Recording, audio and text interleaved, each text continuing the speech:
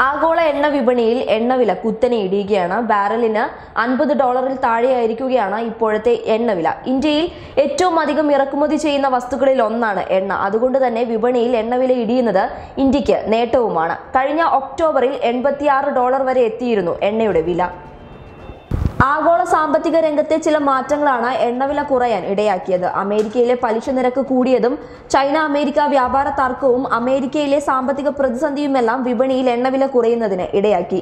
ഡോളറിന്റെ മൂല്യത്തിലും നേരിയ ഇടിവ് വന്നിട്ടുണ്ട്. രൂപ 69.4 ഉയരുകയും ചെയ്തു.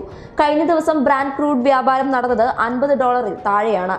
ഒരു വേളയിൽ ഇത് 49.93 എത്തിയിരുന്നു.